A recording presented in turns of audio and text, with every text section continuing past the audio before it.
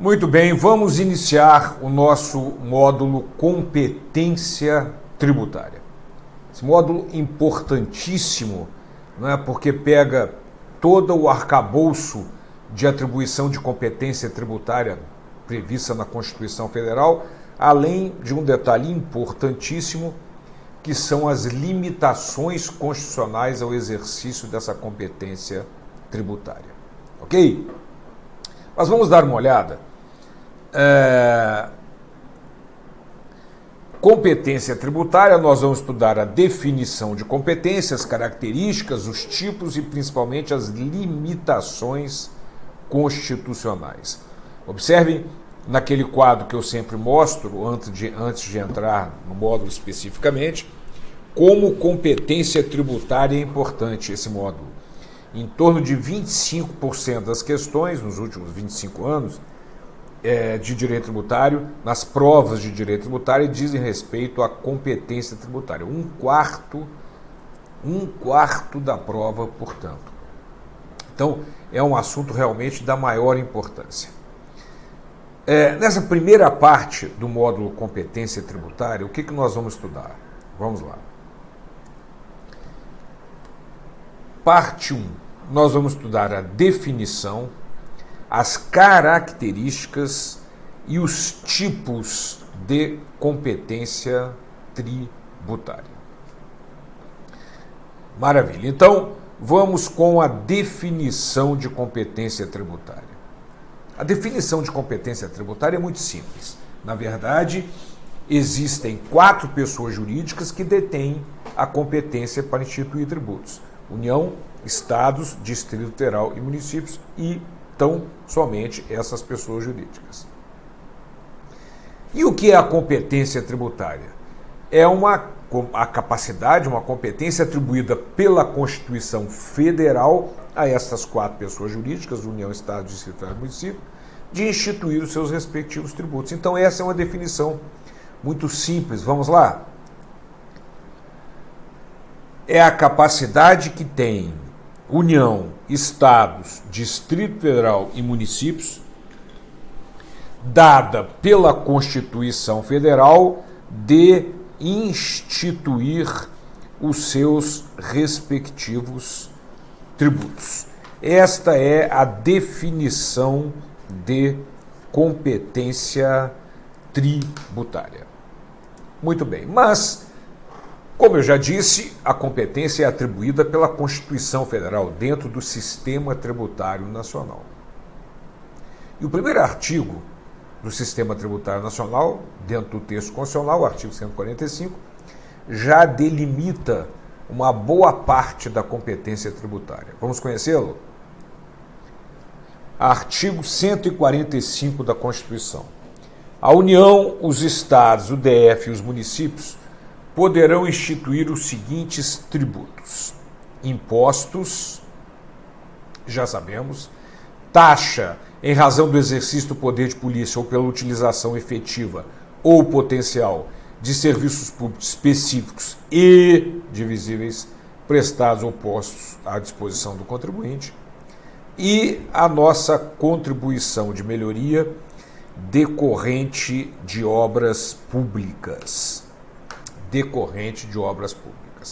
Maravilha? Já sabemos que, além dessas 3 espécies tributárias previstas no artigo 145, nós temos os empréstimos compulsórios do artigo 148 e as contribuições parafiscais ou especiais do artigo 149 da Constituição Federal. Essas 5 espécies tributárias, o artigo 145 atribui a competência para a instituição de 3 delas. Muito bem. Agora, dentro do exercício dessa competência tributária, há um detalhe fundamental. A Constituição atribui à lei complementar federal, porque toda lei complementar pedida pela Constituição é federal, atribui à lei complementar federal a capacidade de regular vários detalhes dentro do sistema tributário nacional, mas muitos detalhes. Eu vou te dar um conselho.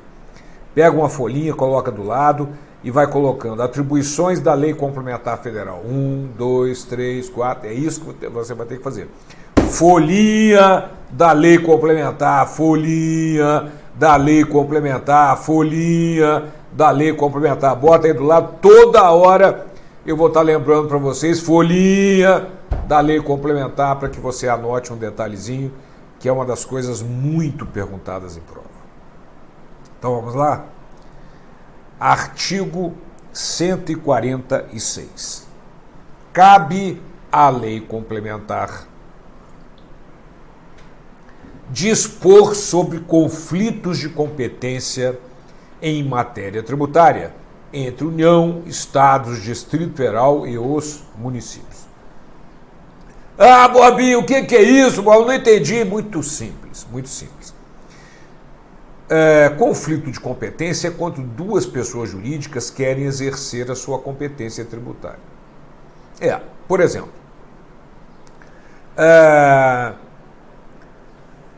o indivíduo presta um serviço, faturador do ISS.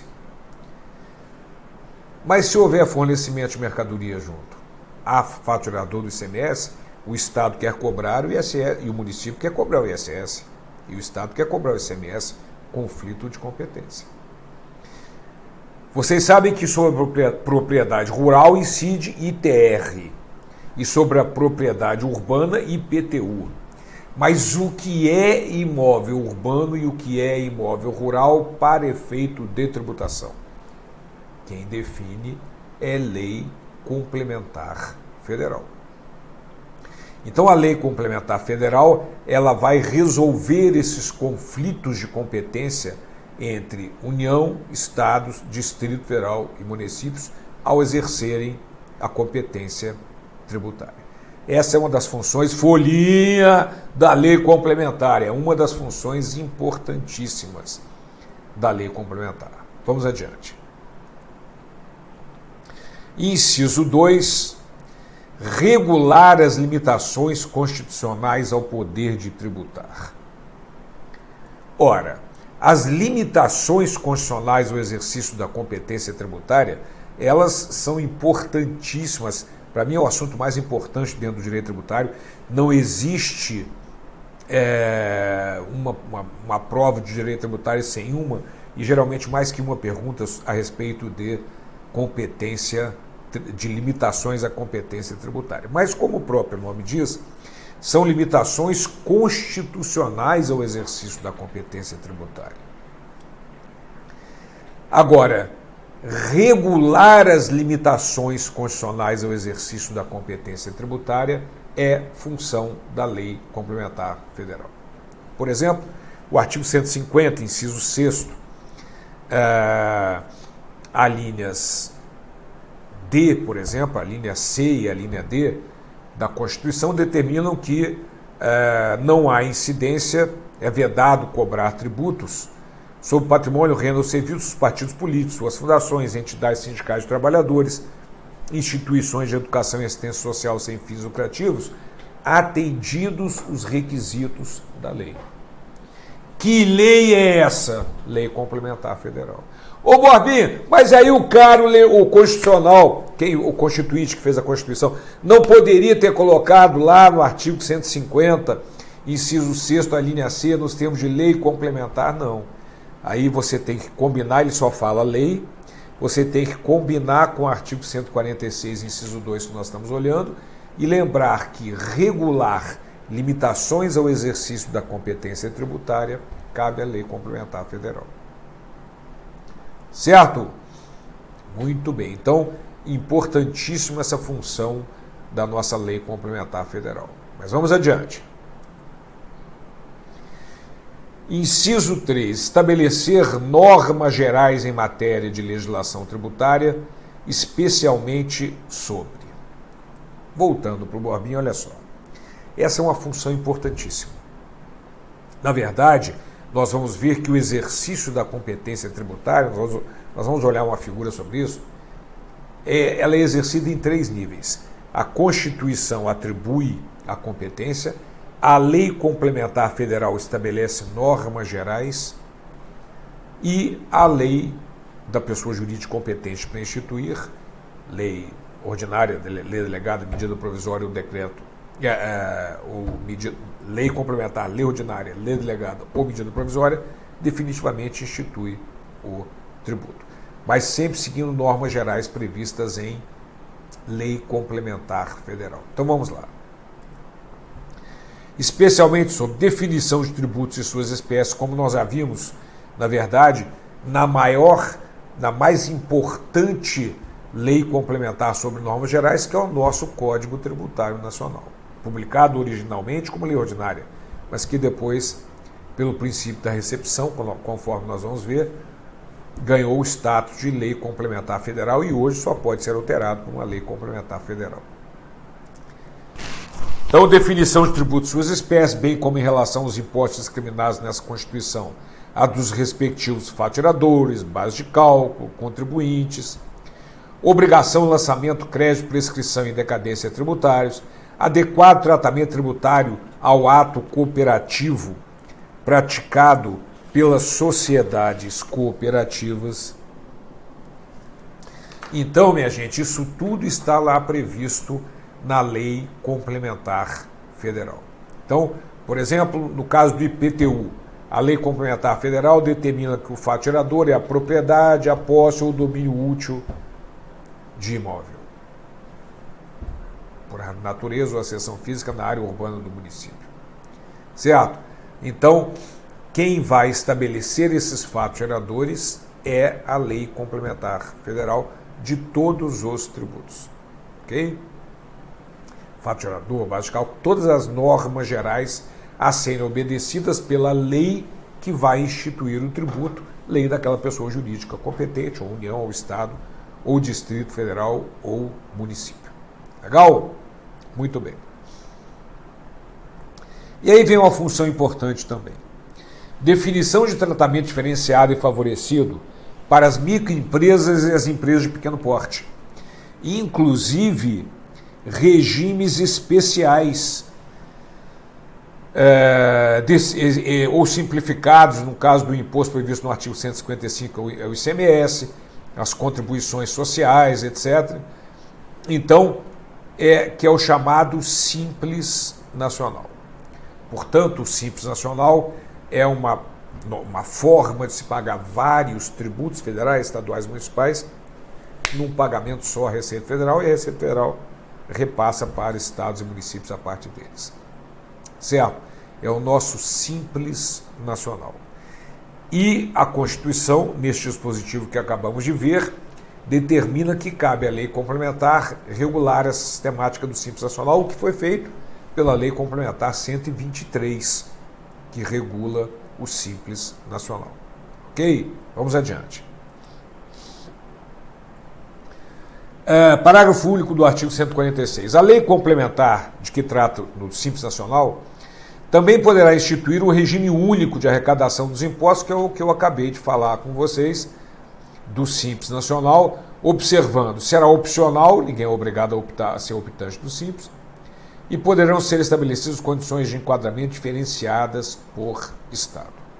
Ora, nós vamos ter aqui um módulo específico para o Simples Nacional, e você vai ver que determinados estados, dependendo do PIB, podem fazer determinadas alterações no limite das microempresas e empresas de pequeno porte. Certo? Esse é o Simples Nacional. Vamos adiante. O recolhimento será unificado e centralizado, conforme eu disse. Vedada qualquer retenção, a União tem que entregar aos estados e aos municípios. A arrecadação e a fiscalização e a cobrança poderão ser compartilhadas pelos entes federados, adotado cadastro nacional único de contribuintes. Isto, na verdade, é um ideal ainda, né? Um cadastro nacional em que você acessa ou pelo CPF ou pelo CNPJ e você observa todas as regularidades, as características do contribuinte, se ele deve imposto federal, estadual, tributo federal, estadual, municipal, ok? Então, é um futuro, vamos dizer assim, já se trabalha nesse sentido. Muito bem. Nós vimos na definição de tributo que tributo é toda prestação pecuniária, compulsória, em moeda ou cujo valor nela se possa exprimir, que não constitua sanção de ato ilícito. Não se confunda com penalidade. Ninguém pode ser punido por ter praticado um ato ilícito através de uma cobrança de tributo. No entanto, o artigo 146A, que nós vamos olhar agora, dá uma certa conotação de punibilidade ao tributo. Vamos dar uma olhadinha. Lei complementar. Olha lá, folhinha da lei complementar. Folhinha da lei complementar. Lei complementar poderá estabelecer critérios especiais de tributação com o objetivo de prevenir desequilíbrios da concorrência, sem prejuízo da competência da União, por lei, estabelecer normas de igual objetivo. Ora, então, minha gente, as empresas que praticam cartéis, dumping, controle de preços, causando desequilíbrio na concorrência, poderão ser tributadas de forma mais severa. Por isso que eu disse que dá uma certa conotação de punibilidade ao tributo. Mas para não dar problema com relação a isso, o STJ se posicionou com relação a essa característica de punibilidade do artigo 146A. Vamos ver o que ele diz. Perdão, o STF se posicionou.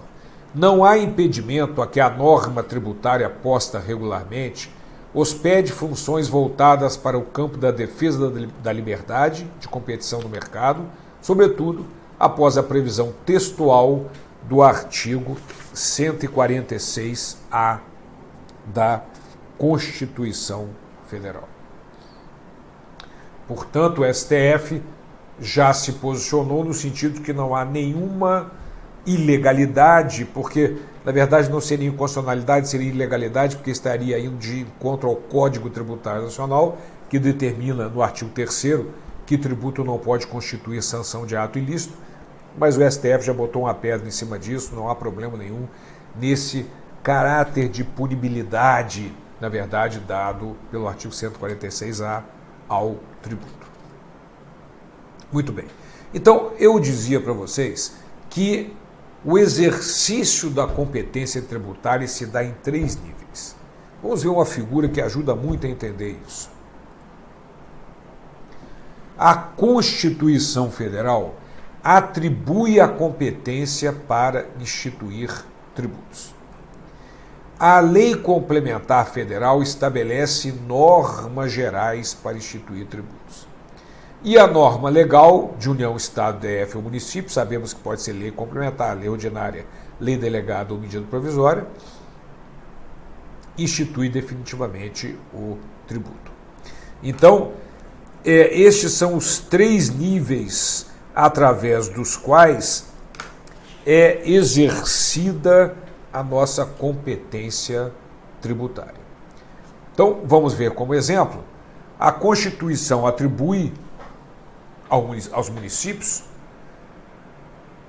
a competência para instituir o ISS, Imposto sobre Serviços de Quaisquer Naturezas.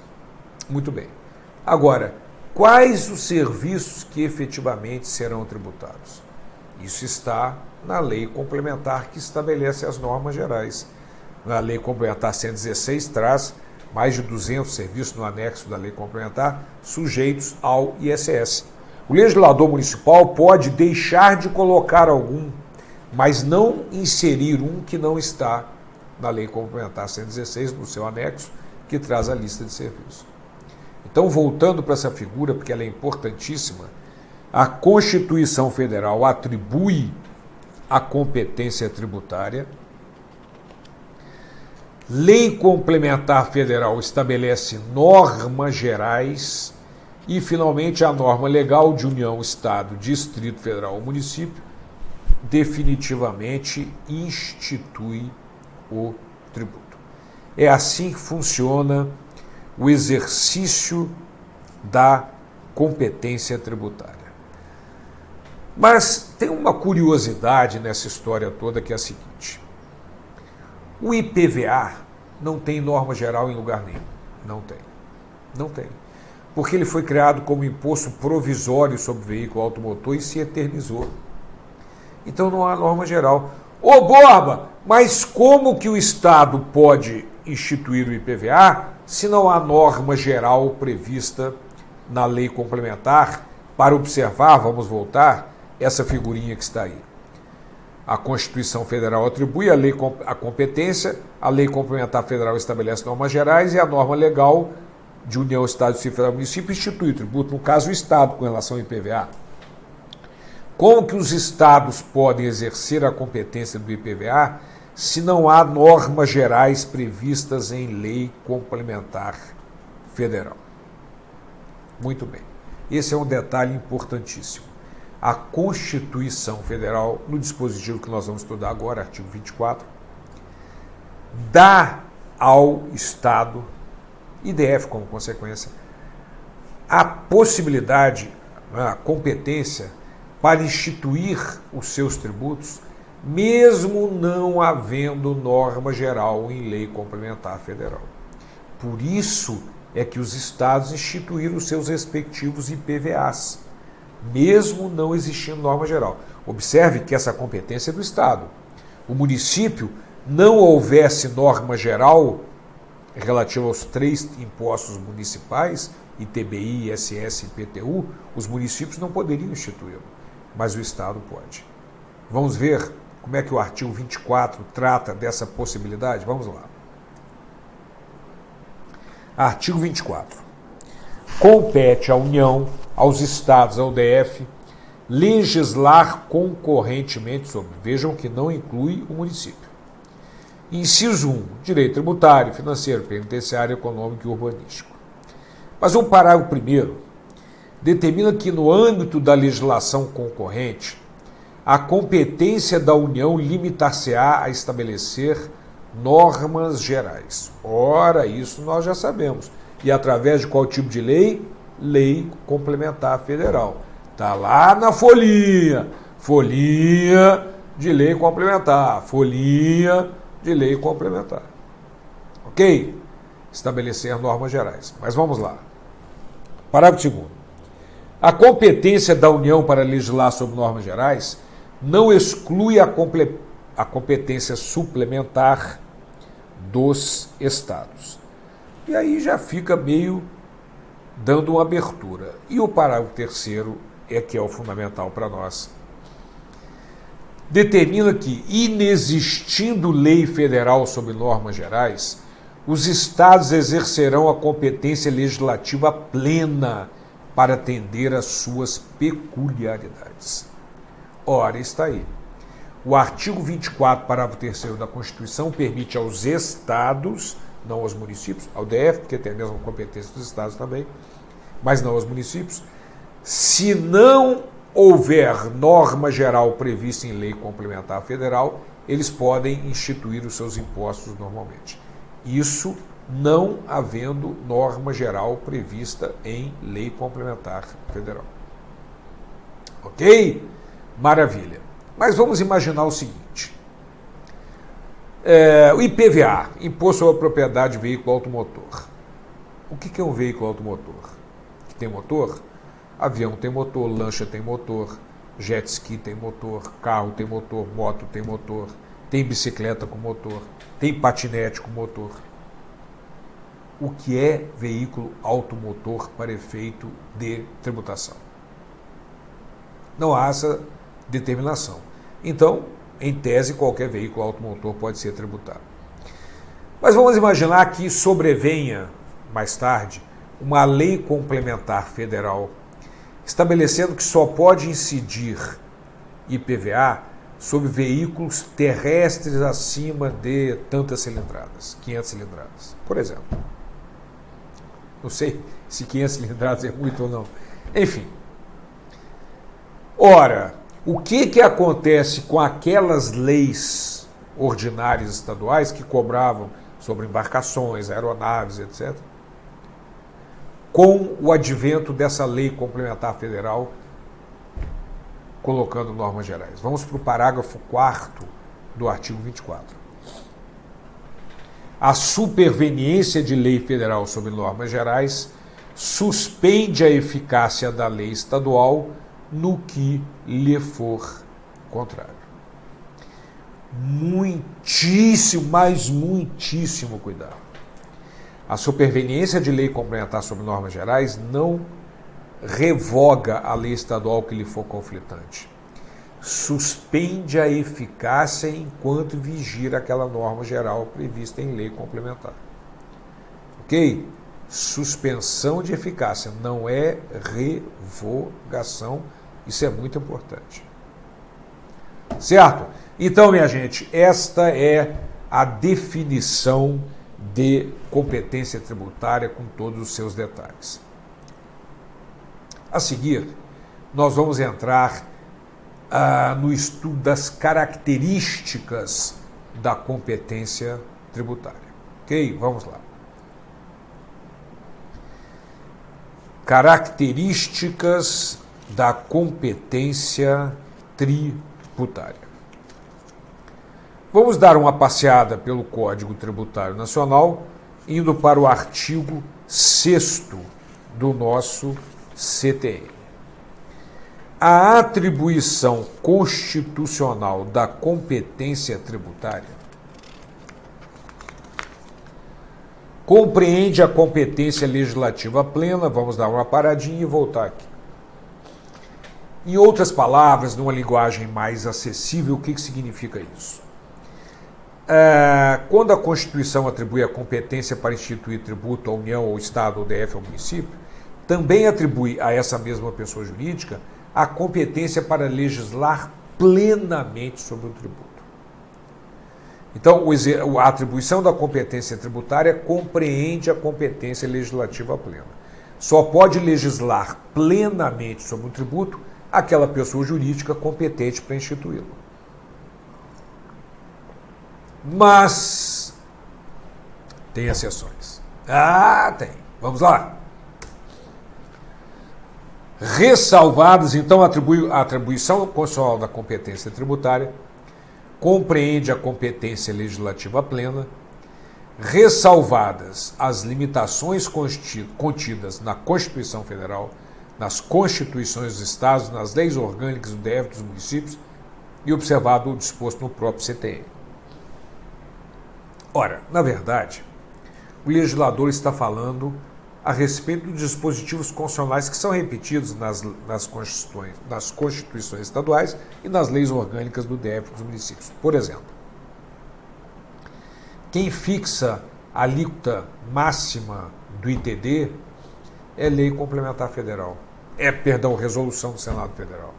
Quem fixa a alíquota máxima e mínima do ISS, que é o imposto municipal, é lei complementar federal. Depois você assume para anotar na folhinha, que nós vamos estudar mais tarde.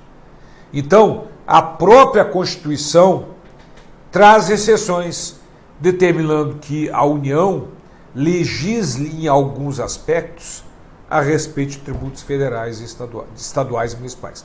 Mas legislar plenamente sobre o tributo, somente aquela pessoa jurídica competente para instituir. Mas tem alguns parágrafos, um parágrafo, na verdade, do artigo 6º importante. Vamos conhecê-lo. Parágrafo único do artigo 6º. Os tributos cuja receita seja distribuída no todo ou em parte a outras pessoas jurídicas de direito público pertencem à competência legislativa daquela a que tenham sido atribuídos. Que diabo é isso, Borbita? Muito simples. A Constituição traz um detalhe, que é a repartição da receita tributária. Nem toda a arrecadação dos tributos fica com aquela pessoa jurídica competente para instituí-los e para legislar e para cobrá-los. Uma parte pode ser repartida a outra pessoa jurídica. Como exemplo disso, vamos lá.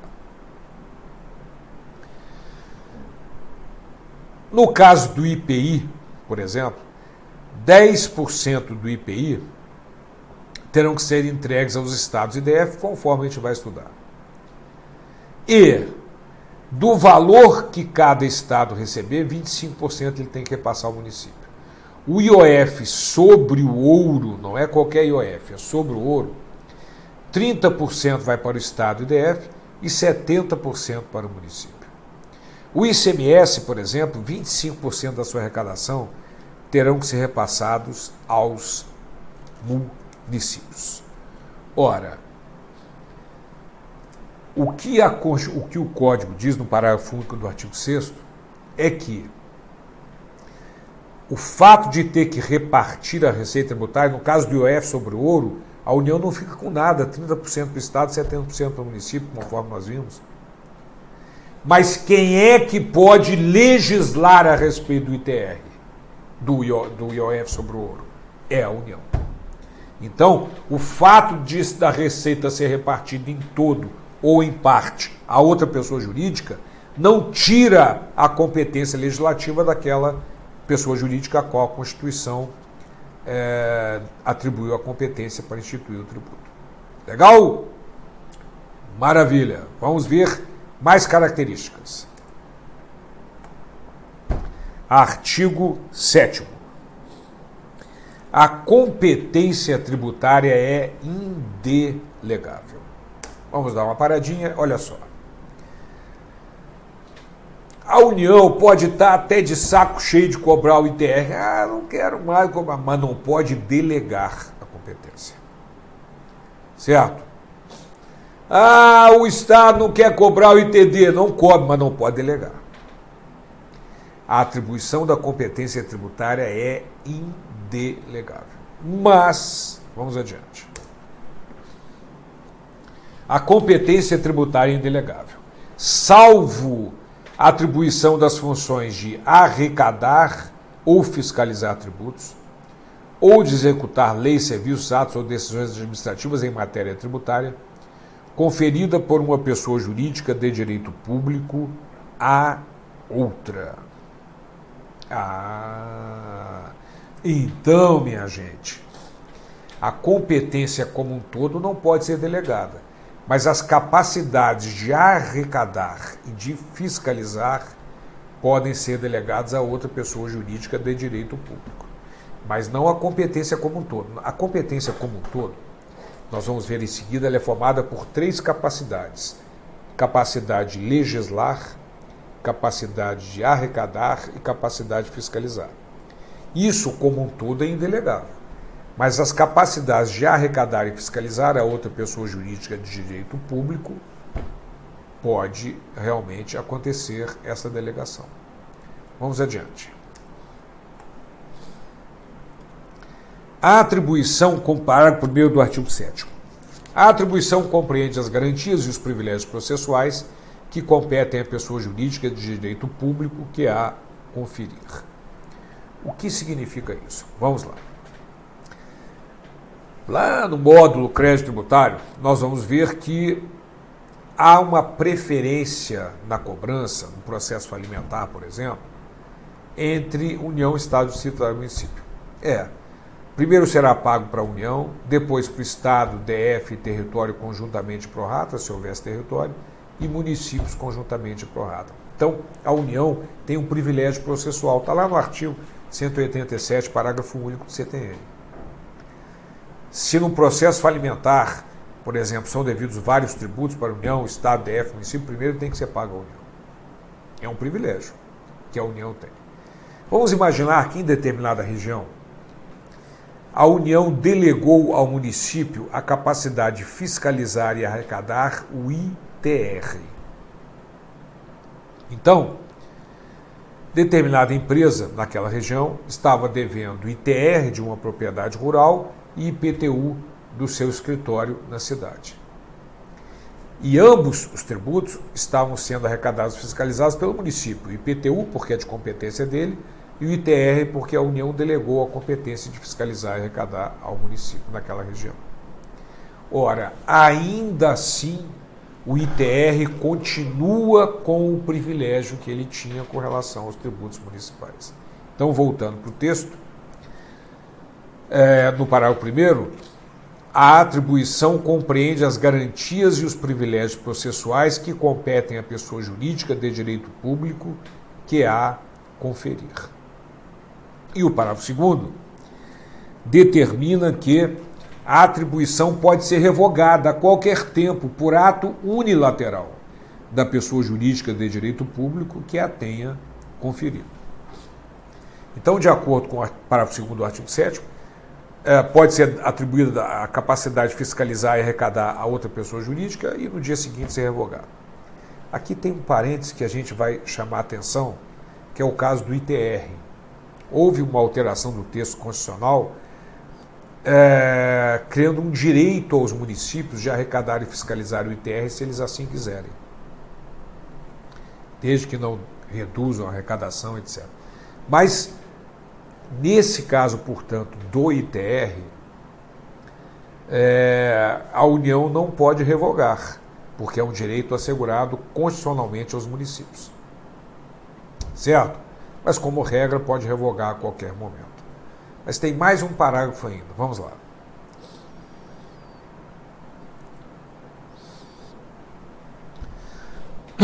Perdão, estou um pouco gripado. Artigo 7º, parágrafo 3º.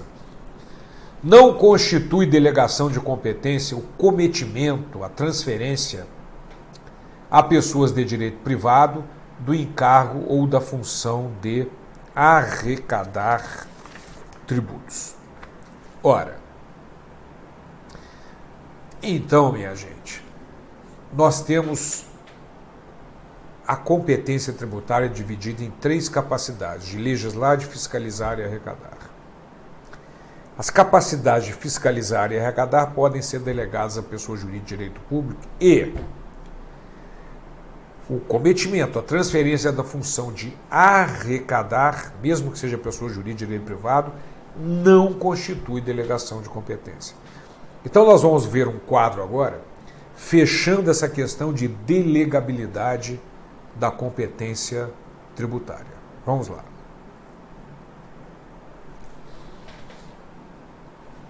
A competência tributária como um todo, ela é indelegável.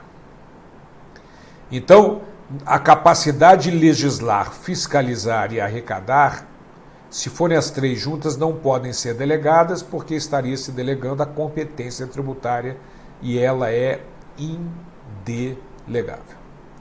Mas as capacidades de fiscalizar e arrecadar podem ser delegadas a outra pessoa jurídica de direito público e não constitui delegação o cometimento, a transferência à pessoa jurídica de direito privado da função de arrecadar tributos.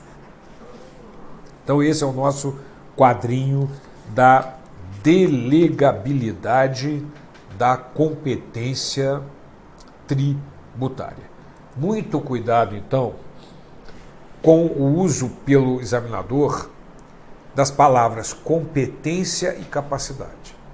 Porque a competência tributária é indelegável porque compreende as 3 capacidades de legislar, fiscalizar e arrecadar. Agora, se o examinador perguntar alguma capacidade tributária pode ser delegada, pode. A de fiscalizar e arrecadar a outra pessoa jurídica de direito público. E nem constitui delegação o cometimento, a transferência da função de arrecadar para pessoa jurídica de direito privado, que são os bancos que normalmente cobram os tributos, etc. Ok? Mais uma característica, vamos lá. Artigo 8º. O não exercício da competência tributária não a defere, não a transfere à pessoa jurídica de direito público diversa daquela que a Constituição a tenha atribuído. É isso. Ora, nós vimos naquele quadrinho que a competência tributária ela é atribuída pela Constituição, a lei complementar estabelece normas gerais e a lei ordinária, delegado medida provisória, não é? A lei complementar institui o tributo. Mas Observe que a Constituição não obriga a instituição de tributo, ela apenas atribui a competência tributária. Certo? Então, se determinada pessoa jurídica não quiser exercer a sua competência tributária, isso não a delega, não a transfere, né, a outra pessoa jurídica de direito público, conforme está, voltando para o texto, no nosso artigo 8º do Código Tributário Nacional.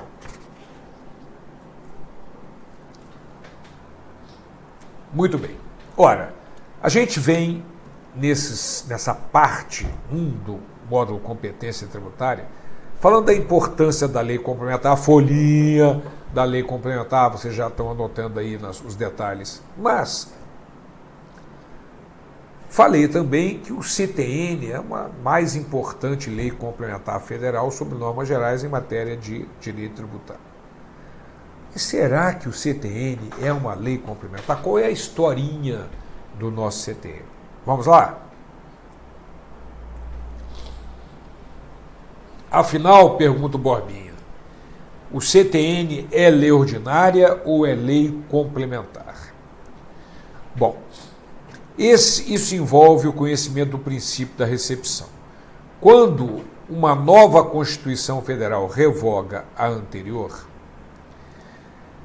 toda aquela legislação infraconstitucional, leis ordinárias, códigos, leis complementares, toda a legislação infraconstitucional é recepcionada pela nova Constituição, salvo naquilo que for conflitante, evidentemente, com a nova Constituição.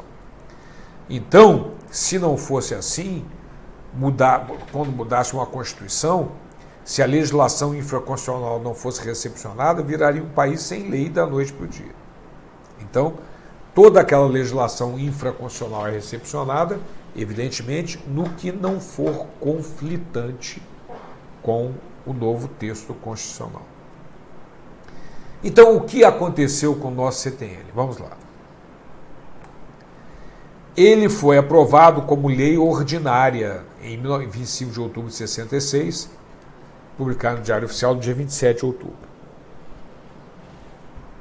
No entanto, com o advento da lei complementar da Constituição Federal de 67, menos de um ano depois, a Constituição de 67 exigia lei complementar para regular o direito tributário e não havia necessidade de uma publicação de uma nova lei complementar, porque aquela até então lei ordinária satisfazia plenamente. Então, ela foi recepcionada como lei complementar federal e depois denominada Código Tributário Nacional pelo ato complementar 36 de 67. Então, essa é a historinha do nosso CTN. Agora, olha um detalhe. Se o examinador perguntar, o Código Tributário Nacional foi publicado em 1966 como lei ordinária. Hoje tem força de lei complementar por força do princípio da recepção. É isso aí. E, portanto, hoje só pode ser alterado por uma lei complementar federal. Ok? Maravilha! E agora, para nós terminarmos essa parte 1, já sabemos as características da competência tributária, já sabemos as definições e as características, e agora vamos conhecer os tipos de competência tributária. Ok? Vamos lá. Tipos de competência tributária. Nós vamos montar esse quadro. O primeiro tipo de competência tributária é a competência privativa, que é para a instituição dos impostos. E observem que cada ente tributante tem a sua. A União tem a sua com 7 impostos, II, ER, IPI, TR, IOF, IGF. Os estados e DF têm a sua com 3, ITD, ICMS e IPVA. E o município também tem a sua competência com 3 impostos, IPTU, ITBI e ISS. de acordo com os artigos 153, 155 e 156 da nossa Constituição Federal. Legal? Então essa é a competência privativa. Por que é chamada competência privativa? Porque cada ente tem a sua competência. A União tem a sua para 7 impostos, os estados e DF para os seus 3 impostos e os municípios para os seus 3 impostos. Nós vamos estudar cada um desses 13 impostos, como fato gerador, base de cálculo, dispositivos constitucionais, no módulo Impostos da Competência Privativa, né, que é o nosso próximo módulo depois de competência tributária. Mas, por enquanto, é só uma apresentação dos 13 impostos. Portanto, quando o Fernando Henrique Cardoso chegar na televisão e disser que é um absurdo que no Brasil tenhamos que conviver com 54 impostos, nós não temos 54 impostos no Brasil, vamos lá, nós temos 13 impostos, 7 da União na competência privativa, 3 dos estados e DF e 3 dos municípios. Muito bem. Depois vem a competência comum para instituição das taxas e contribuições de melhoria. E todos têm essa competência tributária, União, estados, DF e municípios. Certo? Então, todos podem instituir taxas e contribuições de melhoria. É lógico, dentro das suas respectivas atribuições. Evidente. Né? Então, quem pode instituir uma taxa é quem presta o serviço, o Exército, Poder de Polícia. Quem pode cobrar uma contribuição de melhoria é o ente da federação que realizou a obra da qual resultou a valorização em determinado imóvel. Né? Mas a competência é comum, todos podem instituir. Legal. Depois vem a competência especial, que é para a instituição dos empréstimos compulsórios e das contribuições parafiscais ou contribuições especiais. Ora, aqui, a União é que tem a competência, como regra, dos empréstimos compulsórios e das contribuições parafiscais e especiais.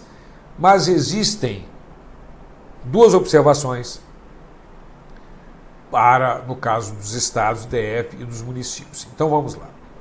No caso dos empréstimos compulsórios, não tem papo, é a União e fim de papo. Mas no caso das contribuições parafiscais e especiais, nós temos dois detalhes que temos que recordar lá do módulo tributos. Qual é o primeiro detalhe? O primeiro detalhe é o seguinte: os estados, DF e municípios instituirão contribuições cobradas dos seus servidores para custeio do regime previdenciário. Certo? Então, minha gente, é uma competência que tem, no artigo 149, parágrafo 1º da Constituição, os estados, DF e municípios poderão instituir essas contribuições. E temos ainda o artigo 149-A, que atribui ao DF e aos municípios a competência para instituir a contribuição para o serviço de iluminação pública. Certo? Então, voltando para a tela, no caso dos empréstimos compulsórios, não há exceção. Não há exceção, é só a União. E no caso das contribuições, temos esses dois detalhes: os estados, DF e municípios poderão instituir contribuições para os seus servidores e o DF e os municípios poderão instituir contribuição para o serviço de iluminação pública. O outro tipo de competência tributária é a competência residual, para instituição de novos impostos ou novas contribuições. A competência é sempre da União. Mas aqui há um detalhe importante. Vamos lá. Na competência residual, ela tem algumas características, ela é sempre por lei complementar federal. Folhinha da lei complementar federal. Então, instituição de novos impostos, além dos 13 já existentes, e instituição de novas contribuições para a Seguridade Social, além das 4 já previstas no artigo 195. Então vamos lá. Instituição de novos impostos, além dos 13 que já sabemos que a União, os estados, o DF e os municípios têm. E as contribuições para a Seguridade Social, elas estão previstas no artigo 195. São 4 contribuições previstas no artigo 195, cobrado dos trabalhadores, dos empregadores, sobre a receita do concurso de prognósticos, né, das importações, e existe a possibilidade, no parágrafo 4º do artigo 195, de criação de novas contribuições, além daquelas 4 já previstas nos 4 incisos do artigo 195. Bom, qual é o detalhe importante? Os 2 casos, criação de novos impostos além dos 13, novas contribuições para a Seguridade Social, além das 4, lei complementar, folhinha de lei complementar, terão que ser não cumulativos. O que é isso? Em cada etapa da comercialização, você pode abater do valor devido o valor pago na etapa anterior. É como é o ICMS, é como é o IPI, não cumulativo. Então, lei complementar federal terão que ser não cumulativos. Mas o que há diferente nos 2 casos? Os novos impostos não podem ter fato gerador e base de cálculo dos 13 impostos já existentes. As novas contribuições não podem ter fato gerador e base de cálculo das contribuições para a Seguridade Social já existentes. Então, muito cuidado. Um novo imposto criado por lei complementar federal, competência residual, não cumulativo, pode ter fato gerador e base de cálculo de uma contribuição já existente sem nenhum problema. Uma nova contribuição criada por lei complementar, não cumulativo, pode ter fato gerador ou base de cálculo de um imposto já existente sem problema. O que não pode é imposto com imposto, contribuição com contribuição. Então vamos lá, fechando. Competência residual. Lei complementar federal, tanto para os novos impostos como para as novas contribuições. Folhinha de lei complementar. Segundo, não cumulativos. E os impostos não podem ter fato gerador e base de cálculo dos impostos já existentes. E as contribuições não podem ter fato gerador e base de cálculo das contribuições para a Seguridade Social já existentes. Legal? Essa é a competência residual que pode ser exercida tão somente pela União. Mas vamos adiante. Depois, nós temos a competência extraordinária para a criação dos chamados impostos extraordinários, impostos de guerra. Imposto de guerra. A competência é tão somente da União. E aí, minha gente, guerra é guerra, vale tudo. Pode ter mesmo fato gerador, mesmo a base de cálculo, não há necessidade de lei complementar, pode ser lei ordinária, lei delegada, medida provisória. Facilidade total para a instituição. Mas só no caso de guerra externa ou sua iminência. Certo? Cuidado. Os empréstimos compulsórios, conforme nós vimos no módulo tributo, eles podem ser instituídos por calamidade pública, guerra externa ou sua iminência, ou investimento público de caráter urgente e relevante de interesse nacional. Mas os impostos extraordinários somente no caso de guerra externa ou sua iminência. Então, estourou uma guerra externa ou sua iminência, podem ser instituídos empréstimos compulsórios, mas por lei complementar federal, e impostos extraordinários mediante lei ordinária mesmo, medida provisória, sem problema nenhum, ou lei delegada, ou até lei complementar, se for o caso. Ok? Essa é a competência extraordinária. Vamos dar uma olhadinha no texto? Artigo 76. Na iminência ou no caso de guerra externa, a União pode instituir temporariamente impostos extraordinários, compreendidos ou não entre os referidos nessa lei, suprimidos, isso é muito importante, gradativamente, no prazo máximo de 5 anos, contados da celebração da paz. Esse é um outro detalhe importante, porque os empréstimos compulsórios, se instituídos por calamidade pública, guerra externa ou sua iminência, não precisam ser extintos gradativamente em 5 anos a cessada a guerra, mas os impostos extraordinários, sim. Certo? Serão suprimidos gradativamente em 5 anos cessada a guerra. Legal? Muito bem. Voltando, então, para a nossa competência, nós temos o último tipo de competência, que é a competência cumulativa, que pode ser exercida pela União e pelo DF, pelo Distrito Federal. Muito bem. Como é que funciona isso? É para impostos. Ora, por exemplo, o ITR, vamos imaginar um território federal. Território federal, como o próprio nome diz, território da União, território federal. Ora, quem é que vai cobrar os impostos estaduais dentro do território federal? É a União. Então a União acumula competência tributária estadual nos territórios federais e ainda, se o território não for dividido em municípios, também os impostos municipais. Essa é a primeira competência acumulativa. A outra é do DF. O DF não pode ser dividido em municípios, é vedado constitucionalmente. No artigo 32, a divisão do Distrito Federal em municípios. Ah, vou mudar para lá um paraíso fiscal, não vou pagar IPTU, ITB e ISS, não tem município. É lógico que vai, porque o Distrito Federal acumula competência tributária municipal.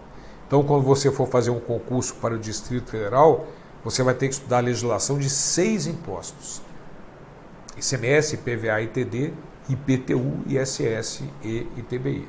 Porque o DF tem a sua competência, que é a mesma dos estados, para o ICMS, IPVA e ITD, e acumula a competência tributária dos municípios, IPTU, ITBI e ISS. Então essa é a competência cumulativa, voltando para a tela, dos impostos, de acordo com o artigo 147 da Constituição Federal. Competem à União, em território federal, os impostos estaduais. E, se o território não for dividido em municípios, cumulativamente os impostos municipais. Ao DF cabem os impostos municipais. Ok? Então vamos dar uma recordada nisso? Tipos de competência: privativa dos impostos, 13 impostos, 7 da União, 3 dos estados do DF e 3 dos municípios. Competência comum para taxas e contribuições de melhoria, todos podem cobrar dentro de suas respectivas atribuições. Competência especial, empréstimos compulsórios e contribuições para fiscais, como regra a União, mas no caso do ZDFM, podem cobrar dos seus servidores contribuições e o Distrito Federal e os municípios podem cobrar contribuição para o serviço de iluminação pública. Depois a competência residual, novos impostos ou novas contribuições, lei complementar federal, não cumulativos, os novos impostos, fato tirador e base de cálculo diferentes dos impostos já existentes, e as novas contribuições, fato tirador e base de cálculo diferentes das contribuições já existentes. Os impostos extraordinários, e aí pode ter mesmo fato tirador, base de cálculo, terão que ser suprimidos gradativamente cessada a guerra, e a competência cumulativa nos territórios federais e no DF, Distrito Federal. Maravilha. Com isso, minha gente, nós terminamos essa primeira parte desse módulo importantíssimo que é competência tributária. Um abraço.